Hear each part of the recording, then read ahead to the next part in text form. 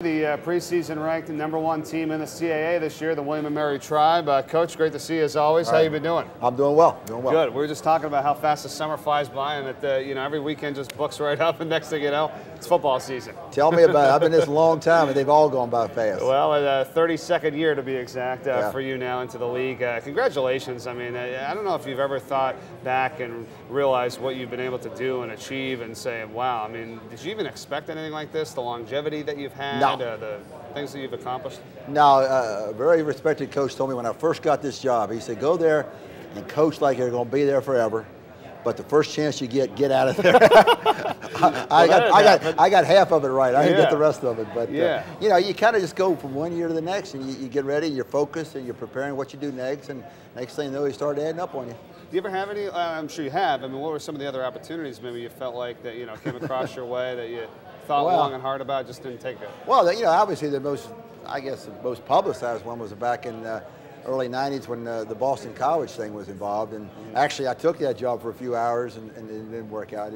But there's been some opportunities, certainly have been some opportunities, but you do the best you can at the time you're doing it. You make the best decisions you can at the time you're doing it, and I got no regrets. It's been great to raise a family in Williamsburg and to live there, and there's great people there, great fans there, great friends, and it's a great school to represent. Yeah, it's good. I mean, you got to be very proud. I mean, there's a brand new facility, bearing your name, the Jimmye Laycock Center, right next to the field. I mean, when you just step back and say, "Wow," I mean, that's. Yeah, you even get a parking spot to go along with it. You get there 30 years. Which is very tough to come by. Which is very tough. You get 30 years, you get a parking spot. That's what they told me. Weren't you excited about it getting the building named? I said, well, it's nice and it'd be great for my kids and my family, I guess.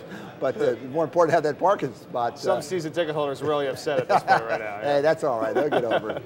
Well, that's great. Well, and for on the field, I really feel like over the last, I would say, I don't know, I mean, you have to tell me how many years you feel like it's been, but I mean, William & Mary football has been it's been a driving force. I mean, you guys have been making the playoffs, you're making big wins, this place is sold out, you got night games. I mean, this has got to be pretty exciting for you as you've built up to this level. It really is. It really is. I mean, obviously, as you mentioned, the building is very exciting for us to be able to get that kind of facility. It's very exciting for us to get lights and get all the stuff we have in the stadium now, and really to build the program to that point. We've had some good runs. We've had some really good runs in the past, but the last couple of years we've been on another one.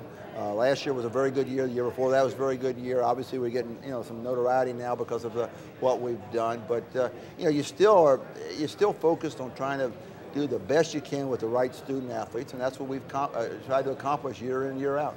8-4 last year, you shared the CAA title. Unfortunately, though, that first game in the playoffs, I mean, it all came to a screeching halt, 41-16 at Georgia Southern. I mean, I know you probably want to forget about that game, but I mean, that's got to hurt. Well, that hurts. Yeah, you really feel like you got to run. But I look back on it, and I look at last year's team. I think we accomplished about as good as we could on last year's team, given the circumstances, the personnel, the situations that came up injury-wise, and things like that. I got no problem with the way our guys played. And we came up a little short in that ball game.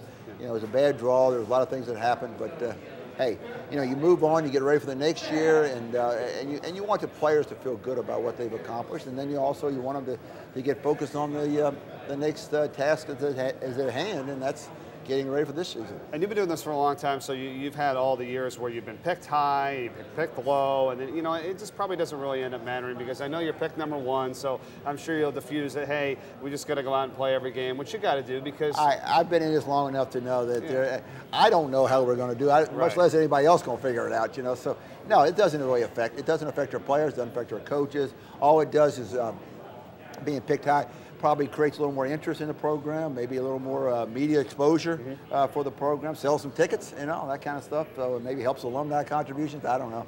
But it's good. It's good recognition. I don't run from the recognition of a program. I don't get scared about that because, again, I think we've got a group of players and coaches that understand it's all about having the right attitude and giving the right effort. Well, you got some great ones at that, and we'll be talking a lot about you guys as the season progresses. So best of luck, Coach, and thanks. Good to see you again. Always a pleasure. Thank you very much. Thank you very much. Jimmye Laycock, the head coach of the William & Mary Tribe.